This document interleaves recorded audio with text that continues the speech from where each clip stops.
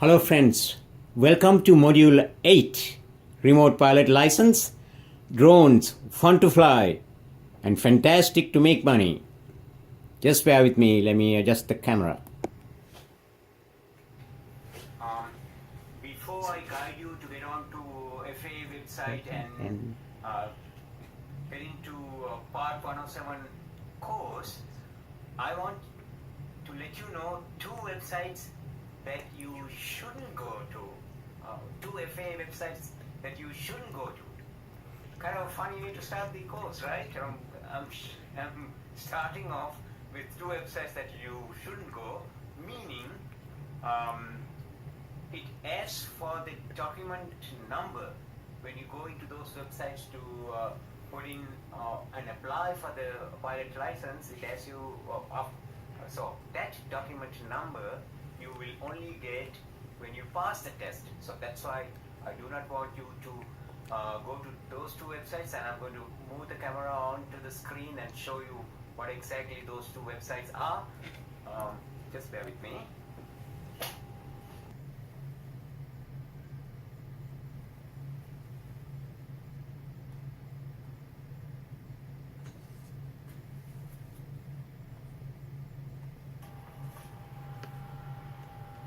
So friends, how clearly do you see this website? Integrated Airman Certification and Ratings Application, IACRA. That's under the Federal Aviation Administration. So this website, pointless logging in there and going in until you get the document number after passing the pilot license exam. That is Unmanned Aircraft General. Not only Part 107, the whole test. I'll explain that in a little later. And there is another website that I was talking about. It is this. It looks all similar, except over here it tells you this is IACRA training site. To visit the production IACA site, go to IACRA.faa.gov. Okay, so this is the training site for. Before you fill in the application, they want you to do some practice over here. So both these we are going to ignore for the time being, and I'm going to get you to the course proper now, meaning how you're going to get in and start the course of Part 107, and that's also, friends. Yes, before I go there, I would like to introduce this. They call it the Airman Knowledge Testing Supplement for sport pilot, recreational pilot, and private pilot. And why I give this special attention and priority is this is the workbook that you get on the test. That is not the test that you do on the website, but if you have no rating, you have to go to test center authorized by FAA and do the test. So for that test, this is the handbook that you are going to get. So how to distinguish this manual is it's marked do not mark in this book. So once you see that mark, you know that's the workbook that you are getting it in the examination. Just bear with me. Yeah, one other thing I do not want to forget to mention. The login process, we are doing it, but it has the things like your social security number and what have you. So we have to go through that, but login process itself, other than that, it's pretty straightforward. Just bear with me one more minute.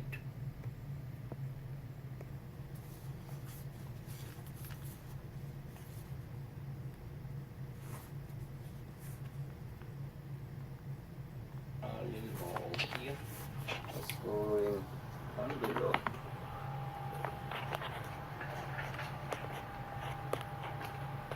Okay, how clearly do you see these icons? That is, let's get my pointer over here.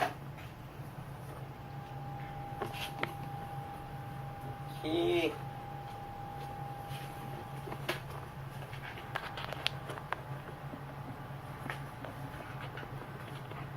So you see this icon, drone / unmanned aircraft systems, UAS. When you click on that, I'm not going to click, these are just images. When you click on that, it opens up, you can see the part 107 knowledge test. Then you click on that. While we do that, you also see this before you fly icon over there. We'll be discussing that at a later stage on this module 8. Okay, now I'm going to show you the process of logging in. Let's do that. As I said, pretty easy. Yeah, once you click on those two icons, it will bring you into you have to click on those two icons and it will allow you to it will bring up for you to do a login to the website of Federal Aviation Administration safety website, they call it. So you would be, once you log in, you see there is this icon login here, but you will see it differently before you log in. It will ask you the information and you make the login and it will take you to this page. I'm going to show you once you press on this is only an icon over here of a play button. Yeah, you can press this one and it'll go into these pages. And I'll show you another page.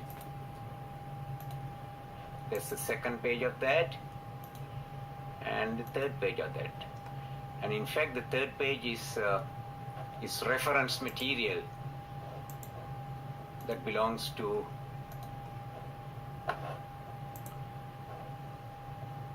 the course of 107. And here we would be, here I'm going to show you.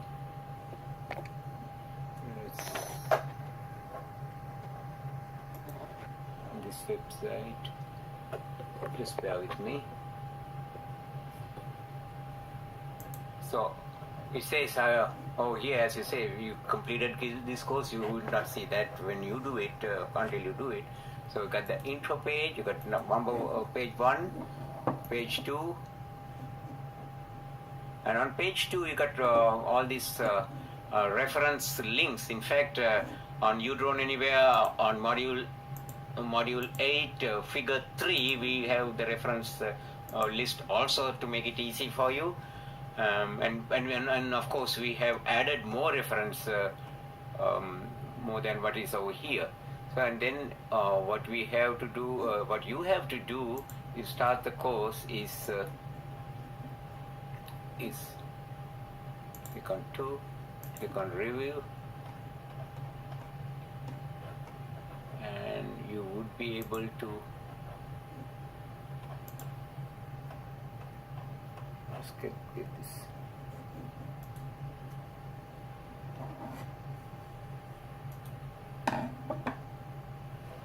Yes, once you click over here, it will bring in to this page. Although when I was clicking, I was not totally clicking it in a way that it was very neat for you to understand. I was clicking back and forth, but when you do it yourself, you'll find it much easier. See, now here comes the game plan we were talking about. It allows you to start the course, and let's say this one. It will go on and on. You can continue on that, and when you finish up, of course, after every chapter, it will give the questions, you answer all that. We will go through a little bit on that. So then what I need to bring your attention is one of the main things that you have to watch out is, okay, once you finish the course,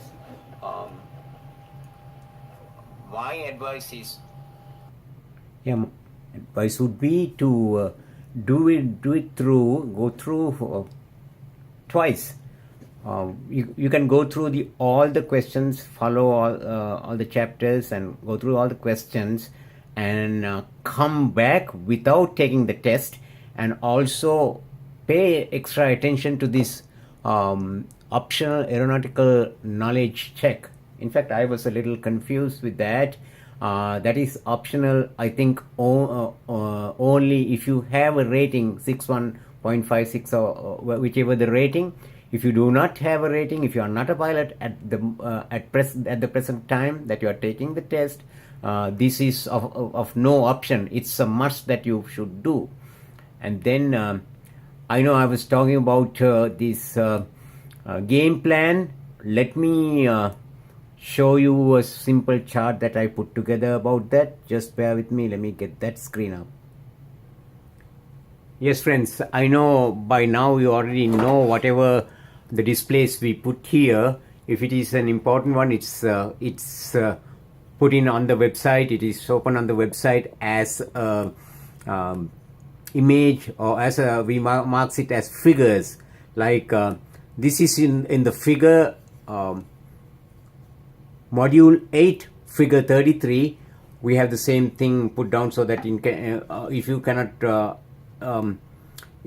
whatever you see in the video, if it is not readable, don't worry about it. You can see it on our website. So I just mark it over here. U-Drone Anywhere Game Plan 2, pass the remote pilot license. Then say firstly, of course, you have to do completely study remote pilot to small unmanned aircraft system study guide. So and concurrently, or as soon as you launch on that, I would also would like to for you to make the legend sectional aeronautical chart. That whole thing, of course, in ordinary language we call it a map legend also.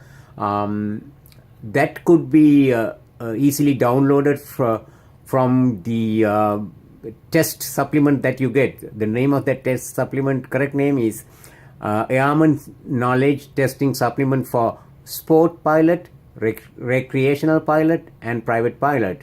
And then make that, my recommendation is make that your wallpaper on your PC or Mac or laptop or wherever. Why I say that is when your eye keeps seeing all these symbols, then it gets into a deep memory, and you recognize and you know what they are. And not only that, it will make it easier for you to understand the maps. So that is that step. And also what we recommend is just a few days before you should do the 107 course on the website.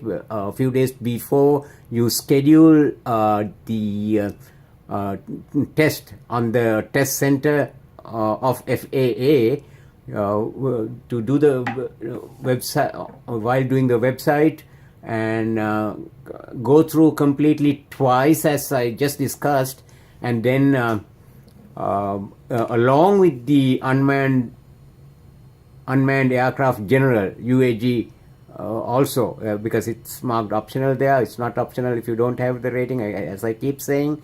And complete it twice and sit for the test. And even before you sit for the test, you can do the check through PLT codes. In fact, the PLT codes for all pilots, it's about 600 something codes, but we eliminated most of it and took out only that applies to remote pilots and make it like 60. So we would advise to go through those codes to make sure that you understand everything, so that there's nothing you will be leaving out. And then of course complete our sample questions list, you draw anywhere sample questions list, and once you have done that, that's why we keep saying that you can't fail this exam even if you want to. So bear with me, let me circle around the camera one more time. Day before, devote the whole day to do the whole thing for the second time, and then only you take the test. Why I say that is, it's very important that before you walk into the examination center, you should have everything really covered. By doing that is one step that you can make sure that you know the subject in and out. And what I suggest is before scheduling your plan to schedule the exam, do this tell your family the day before, or devote the whole day to do this, and do it twice and complete it twice and take the test. Examination center, you should have everything really covered. By doing that is one step that you can make sure that you know the subject in and out. And what I suggest is before scheduling your plan to schedule the exam, do this tell your family the day before, devote the whole day to do this, and do it twice and complete it twice and take the test. That means you tell your wife or spouse or husband or and the children, everybody, leave me alone for these maybe 1 day, maybe 2 days, to go through the whole thing and get it really, really well. That's the second point. And first point, of course, with the reference, you go back and forth and on the course. The second point we are going to come into is, I'm going to show you second point I'm talking about is of private and private pilot license. So let me show where that refers to. Give me.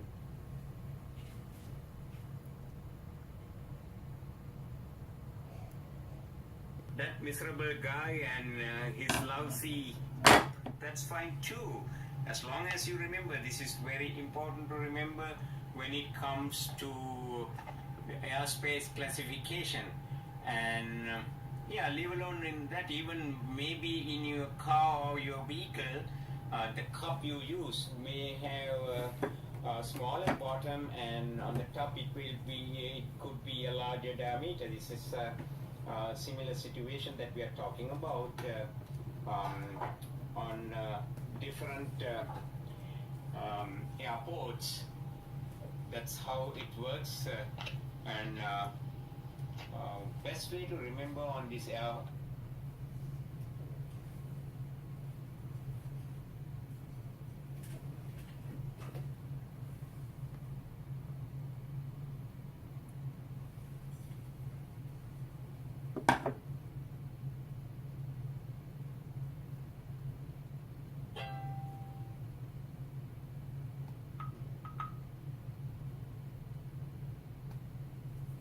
Inverted wedding cake or upside. Oh, look at my cup. Small at the base and becomes big when it goes up. That's if it.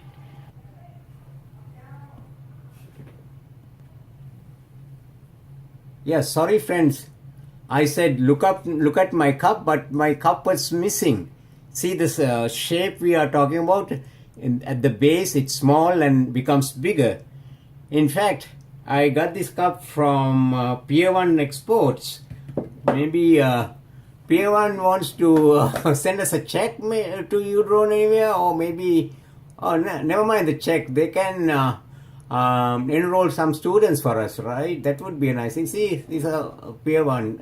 Okay, that's like a commercial that coming up. I better get back to the course before I get into trouble. All right, and where are we now? Just bear with me. So here we go. Here is the airspace classification. Okay. See, I was talking about the inverted wedding cake. Yes. And let's deal with this.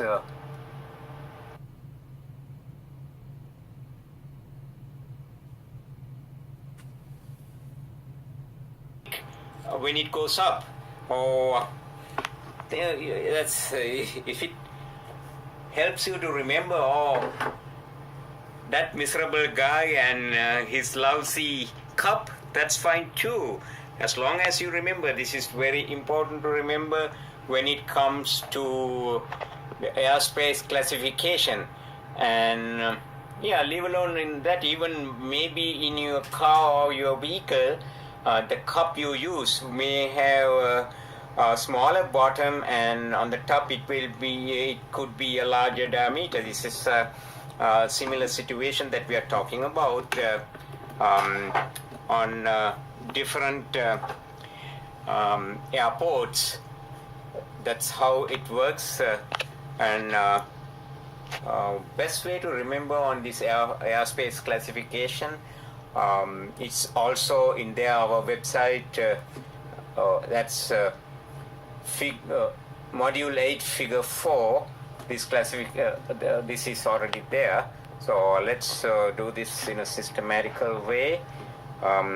You got different classified airports. Let's say class B airspace is for B is very busy airports like JFK or LAX.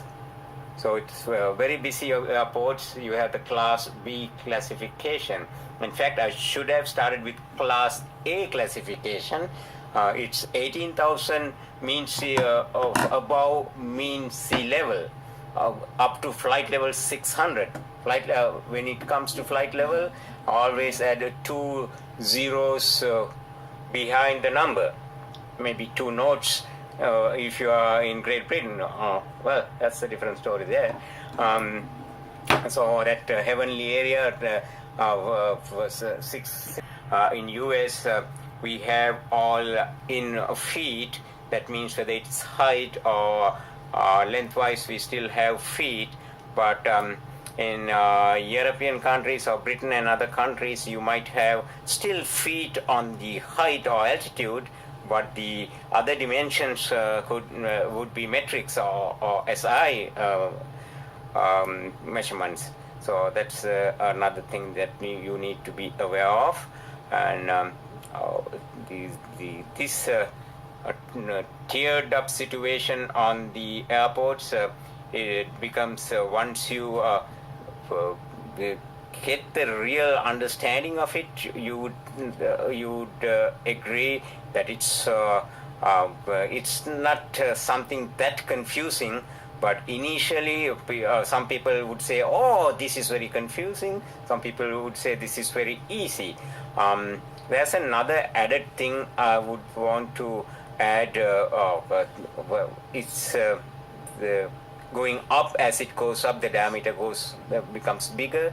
And one other thing you might want to think of that's happening in a practical way. Well, I have not seen anybody else saying this. Well, I'm going to say this. Maybe they take me to gallows. Who knows? Okay, but I feel like for you to get an understanding, think of it like V convergence for the planes. In fact, at levels a little higher, there are many. Think of JFK. You get flights to JFK coming from all over Europe, Paris, London, and up there in Nova Scotia, and all these places. So, and trying to converge to this airport, world-known airport, JFK. But then think of the scenario, if it is up there, all these why it's needed to get protection, give protection, and to for the air traffic controllers to find exactly where the planes are, because all these humongous planes would be in the vicinity as it goes up around this area. Because what are the odds a major jumbo or Dreamliner or Airbus being under this area? Because by that time the plane has descended, they have set the bearings, everything is nice to come into the runway. But if it is up here, there may be so many planes around here, so more protection is needed. So think of a V shape or the upside down wedding cake, and that is for busy airports. Now I've talked about A classification. When you think of A, think of the altitude is at the highest level. You have the A classification, and then next step you think about the busy airports that got the B classification. With the as you go up, the tier becomes larger and larger, and then on the C airports, think of C airport as still crowded, congested airports, because may not be humongous as JFK or LAX, but still crowded airports, and still need this two-tier operation where more protection, more coverage, or the air traffic controllers should know where the planes are so that they won't bounce into each other. And then you got Class D. Class D doesn't have two tiers, but it goes straight up, and then non-towered airports. Yeah, Class D, I just forgot to mention, to remember that, always remember dialogue, because there is communication that you have to establish with the tower. Straight up, and then non-towered airports also you have, they are we have to talk about the Class E at this stage, meaning if it is any classified airspace that is not coming under Class A, Class B, Class C, or Class D, is covered by Class E. There's also to enter into Class E, there's also restriction is there. You need to meet the standards, like the standard of the aircraft and standard of communication, or transponders, and all that needs to be met. Of course, FAA wants you to know about it, not that you are flying on all these areas, but you should know that. And anything marked G is the G. If you look at it as remote pilots or drone pilots, you got to remember it like go for it. Okay, so in other words, all other areas, there are restrictions, and if it is a G area, you are well within to operate it without anybody's permission, as long as you keep to the FAA required height specifications, that is 400 feet above ground level. And also remember to keep away from 5 miles radius from any airport, any airstrip. That's important too, unless there is permission, of course. On this weather report, this is a meter. I'm going to go through one by one, break this down for you to understand meter weather report, and then there is also the second weather report called TAF, Terminal Aerodrome Report. That's the TAF. So I'm going to break that down also. Then we should talk about this beautiful system that I'm talking about. That is how you going to fail this on this TAF and META. There's the two charts are already on your workbook. So once I do this, if you get this question wrong, just stab me. It's better than getting this wrong for me. All right, that what they call as optional, you still have to do, because most of the map questions on the maps are under that. So with the maps, what I do suggest is try to print them out, because I know old as I am, of course I would be struggling with these cluttered maps. But then even younger people, this is too much of stuff in one, at least in very tiny areas. You have to locate things. So it's important that you print it out. That makes it easier. I would even say Unmanned Aircraft General, FAA is doing a fantastic job. And at the same time, FAA is doing a fantastic job of eye testing too. Hopefully FAA won't come behind me for saying that. And also a couple of other things. To the examination hall, you are not allowed to take take your smartphone. So you cannot use your smartphone as your calculator. So I suggest to take your smartphone. So you cannot use your smartphone as your calculator. So I suggest should take a basic one like this. This is the Staples one, but may not be available now. You might have to ask your mother-in-law, grandma to get one of these. Sorry about that, but I purposely say these things. I like to introduce a little humor, because experts say even in an intricate subject like aeronautics, if humor helps. So beyond that, I do advise you to take a small calculator, because I will show you in this module itself. There is one calculation you have to do, that is the load calculation.